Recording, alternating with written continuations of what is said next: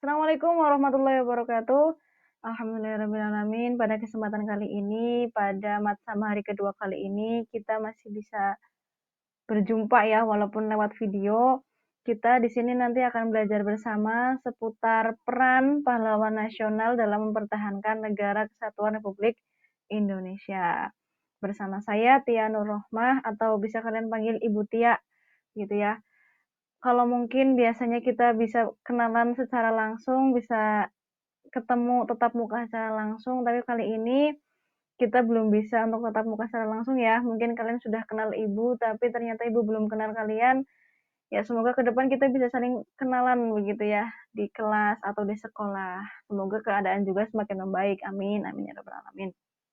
Oke, kalau kita ngomong seputar peran pahlawan nasional, pasti yang ada dalam benak kita itu ketika dalam peristiwa proklamasi kemerdekaan. Kira-kira nih, di proklamasi kemerdekaan yang kalian ingat semua itu ada siapa aja ya? Oke, yang pertama pasti ada Insinyur Soekarno. Kemudian ada Dr. Andes Muhammad Hatta. Dan juga ada pengibar bendera siapa? Ada yang tahu pengibar benderanya? Pada bingung ternyata. Pengibar benderanya itu adalah Latif Hendradi Ningrat, ya kan, sama S. Suhud. Ingat nggak? Itu pelajaran waktu SMP ya, MTS. Terus kemudian yang ngetik proklamasi itu Sayuti Melik, dan juga bagian yang untuk mempublikasikan itu ada BM Diah, begitu ya. Itu semua itu mereka bisa disebut sebagai tokoh-tokoh seputar proklamasi kemerdekaan. Lah, setelah itu pasti yang kalian tahu mungkin ya, kebanyakan kalian tahu kalau ngomong soal pahlawan, itu ya contohnya kayak Jenderal Sudirman, terus kemudian ada Pangeran Diponegoro, dan juga ada Raden Ajeng Kartini, dan lain-lain. Itu kan era sebelum kemerdekaan. Tapi setelah kemerdekaan, kalian tahu nggak? Sebenarnya banyak sekali pahlawan-pahlawan yang rela membela tanah air kita, rela membela Indonesia dengan seluruh yang ada dalam diri mereka, baik itu dari segi fisik mereka, otomatis ya mereka ikut berperang. Terus juga dari segi materi, mereka mencurahkan seluruh materinya supaya Indonesia ini tetap menjadi negara kesatuan atau tetap menjadi merdeka begitu. Nah, di antara mereka itu kira-kira ada siapa saja? Oke, kita sekarang coba simak ya. Ada beberapa pahlawan-pahlawan di sini. Wah, oke.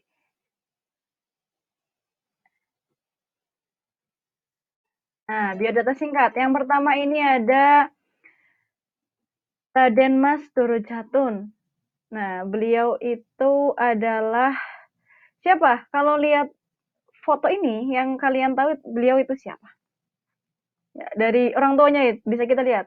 Orang tuanya itu ada Raden Ajeng Kustilah dan Hamengkubuwono ke-8.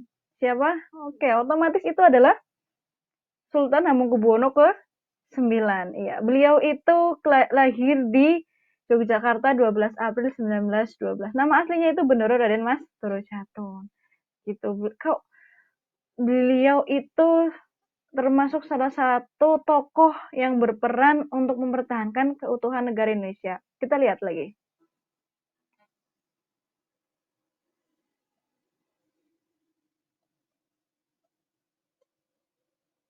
Terus, nah, History of Sri Sultan. Jadi, Sri Sultan itu lahir di Yogyakarta dengan pasangan orang tuanya itu ada Raden Ajeng Kustilah dan Hamengkubuwono ke-8. Kemudian pada tahun 1930 kuliah di Universitas Leiden di Belanda. 1948 para pembesar ditangkap dan diasingkan oleh Belanda kecuali Hamengkubuwono ke-9. Terus kemudian 1949 melakukan serangan terhadap Belanda dan persetujuan Panglima Sudirman. Terus kemudian keliling Indonesia bersama Ahana Sution agar Indonesia tidak jatuh kepada KNIL. Dan pada tahun 1952 mengundurkan diri dari jabatan sebagai Menteri Pertahanan. Selanjutnya ada Muhammad Hatta.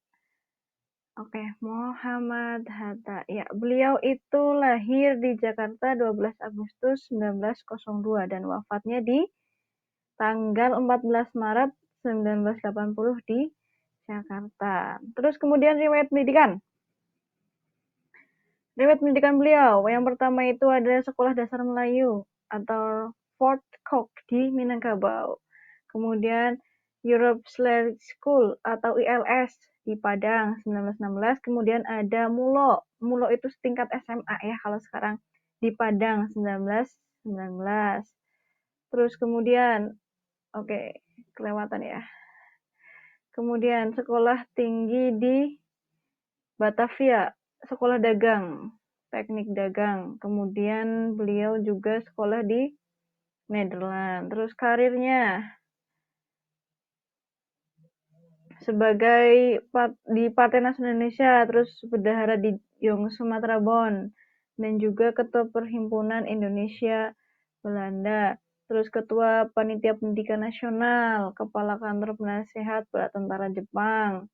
Kemudian menjadi wakil PPKI, kemudian anggota BPUPKI, menjadi proklamator, wakil presiden pertama, wakil Perdana Menteri Pertahanan, ketua Deklarasi Indonesia di Konferensi Meja Bundar atau KMB, terus wakil presiden Perdana Menteri dan Menteri Luar Negeri, dosen, kemudian dosen di UGM, penasihat presiden dan penasihat komisi 4, terus kemudian ketua panitia 5. Penghargaan yang diterima beliau, Bapak Koperasi. Nih, kalau ditanya siapa Bapak Koperasi kita yaitu Bapak Muhammad Hatta. Kemudian proklamator, Dr. Honoris Causa Universitas Gadjah Mada, the founding father of Indonesia, kemudian sebagai pahlawan nasional.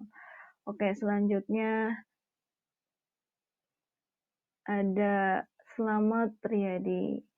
Profil, peranan, riwayat pendidikan. Slamet Riyadi. Beliau lahir di Surakarta 26 Juli 1927. Wafatnya di Ambon 4 November 1950. Kemudian pendidikannya di HIS Mulo, Sekolah Pelayaran Tinggi. Peranan memimpin pasukan untuk menyisir di sepanjang pegunungan Merapi dan Merbabu. Kemudian mengusir Jepang melawan Inggris dan Belanda, pemberontakan komunis dan Darul Islam, penumpasan RMS. Jadi beliau ini termasuk salah satu tokoh. Slamet Riyadi itu menjadi apa ya? Bisa dibilang beliau juga tentara juga begitu. Terus kemudian dikirim ke garis depan pada tanggal 10 Juli 1950 sebagai bagian dari Operasi Senopati, memimpin pasukan Indonesia di beberapa daerah termasuk Jawa Tengah, Ambarawa, dan Semarang. Dikirim ke Jawa Barat untuk melawan Angkatan Perang Ratu Adil. Nah, kemudian ada Muhammad Yasin, lahir tanggal 22 Juli 1921 di Sabang, Pulau Weh, Aceh.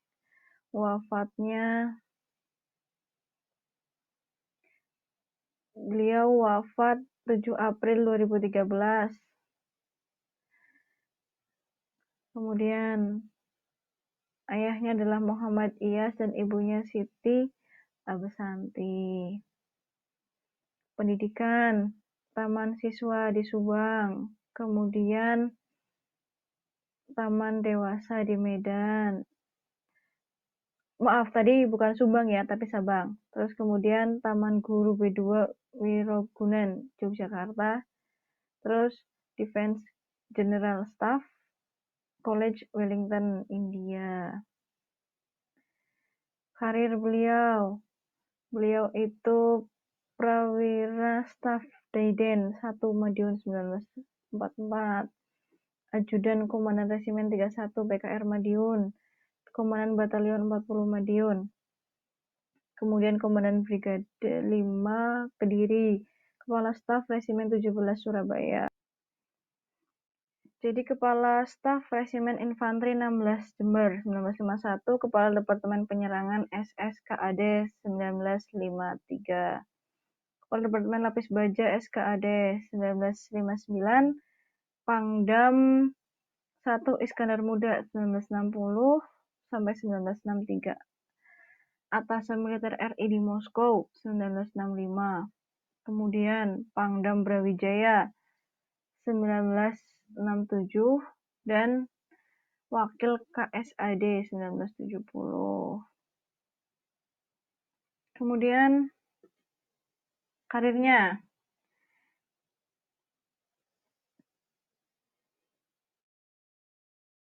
Ya, karir beliau sebagai Sekjen PUPL 1973, Direksi dan Komisaris di sejumlah PT 1974 dan Private Konsultan 1975 sampai 1985.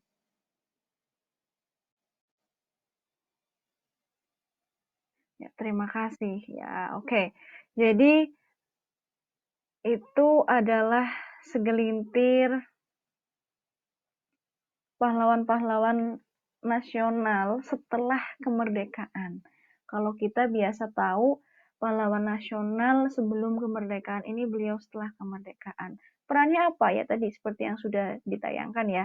Jadi peran beliau itu adalah mempertahankan keutuhan Negara Kesatuan Republik Indonesia. Karena perlu kalian tahu, ketika setelah kemerdekaan itu banyak sekali gangguan, banyak sekali hambatan yang menginginkan bahwa negara kita ini tidak menjadi negara kesatuan. Mulai dari, kalau kalian tahu, mulai dari adanya RIS, kemudian pemberontakan-pemberontakan, itu semua menginginkan Indonesia tidak menjadi negara kesatuan. Ada yang menginginkan Indonesia menjadi negara yang berideologi komunis. Ada yang menginginkan Indonesia menjadi negara yang berideologi liberal. Ada yang menginginkan Indonesia menjadi negara yang berideologi Islam atau ya begitu, Islam. Nah, itu semua terjadi setelah perang kemerdekaan atau terjadi setelah peristiwa proklamasi kemerdekaan.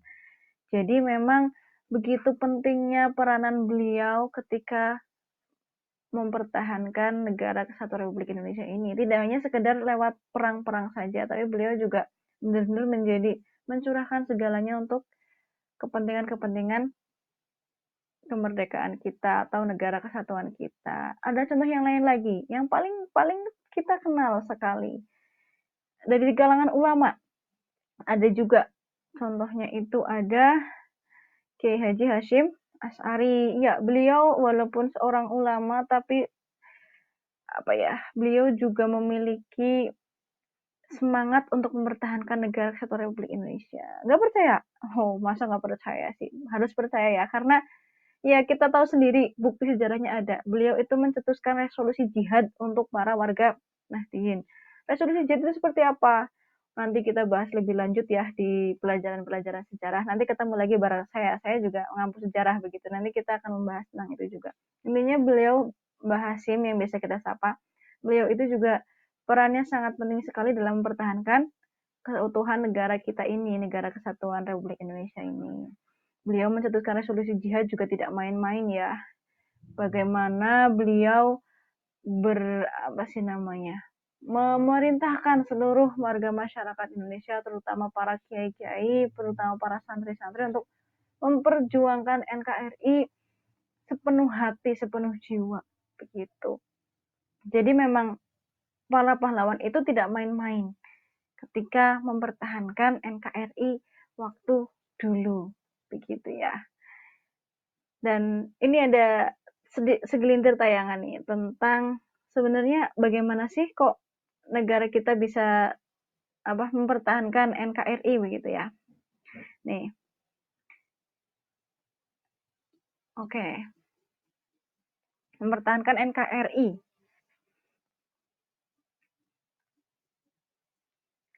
Konsep NKRI yaitu adalah negara yang dibentuk dengan tujuan yang sesuai dengan pembukaan UUD 1945.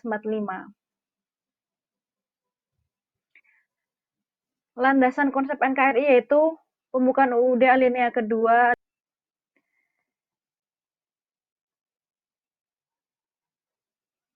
Jadi keutuhan NKRI itu adalah upaya untuk mempertahankan keutuhan NKRI dari ancaman baik dari dalam maupun dari luar negeri.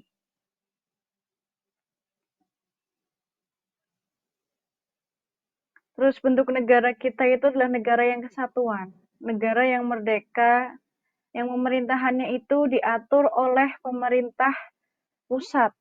Berbeda dengan negara federal. Kalau negara federal itu adalah negara yang terdiri dari gabungan beberapa negara bagian. Contohnya kayak Amerika Serikat begitu ya. Terus apa saja sih upaya untuk mempertahankan NKRI itu buat kita yang sekarang gitu ya. Yang pertama itu adalah cinta tanah air. Bangga sebagai bangsa Indonesia dan bertanah air Indonesia. Tidak akan melakukan perbuatan dan tindakan yang merugikan tanah air. Setia dan taat kepada undang-undang yang berlaku. Terus kemudian yang selanjutnya ada membina persatuan dan kesatuan dengan cara gotong royong, menghargai budaya orang lain, menghormati teman yang berbeda agama. Pengetahuan budaya itu meliputi kesiapan sumber daya manusia, terutama dalam pengetahuan yang dimilikinya, kesiapan sosial, budaya untuk tercipta suasana yang lebih kondusif ya. Sikap dan perilakunya, melestarikan kebudayaan yang ada, tidak melakukan kegiatan-kegiatan yang merusak NKRI, tidak memiliki keinginan untuk memisahkan diri dari NKRI. Nah, ini ada kata-kata dari Insinyur Soekarno. Bermimpilah setinggi langit, jika engkau jatuh, maka jatuhnya itu di antara bintang-bintang. Ya, jadi kalian kalau pengen bermimpi itu setinggi langit, maka jatuhnya di antara bintang-bintang. Maksudnya kayak gimana? Kalian bermimpilah setinggi-tingginya. Kalian mau jadi apa? Mau jadi dokter, mau jadi presiden, sekalipun nggak masalah setinggi-tingginya. Karena engkau akan jatuh di antara bintang-bintang. Setidaknya kalian tidak mencapai posisi mimpi kalian.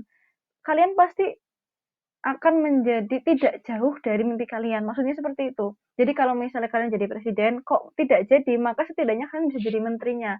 Menteri itu tidak jauh dari presiden. Jadi seperti itu maksudnya. Terus kalau kita ngomongin soal peran pahlawan era sekarang begitu ya. Karena kita sekarang sedang menghadapi yang seperti ini, kita kondisi yang seperti ini, kondisi pandemi seperti ini, mungkin pahlawan yang kita maksud sekarang itu adalah orang-orang garda terdepan yang memperjuangkan masyarakat-masyarakat atau memperjuangkan supaya pandemi-pandemi ini segera berakhir. Mungkin arti pahlawan yang sekarang itu bisa kita artikan seperti itu. Jadi siapa saja sih sebenarnya orang-orang yang memang menjadi garda terdepan. Ada dua versi garda terdepan nih kalau kalian mau tahu. Yang pertama itu ada yang bilang bahwa garda terdepan ketika kita menghadapi pandemi seperti sekarang ini adalah para dokter, para perawat yang terjun langsung untuk merawat para pasien yang sudah positif tertular COVID-19. Begitu. Tapi satu sisi lain ada yang berpendapat bahwa garda terdepan itu adalah kita.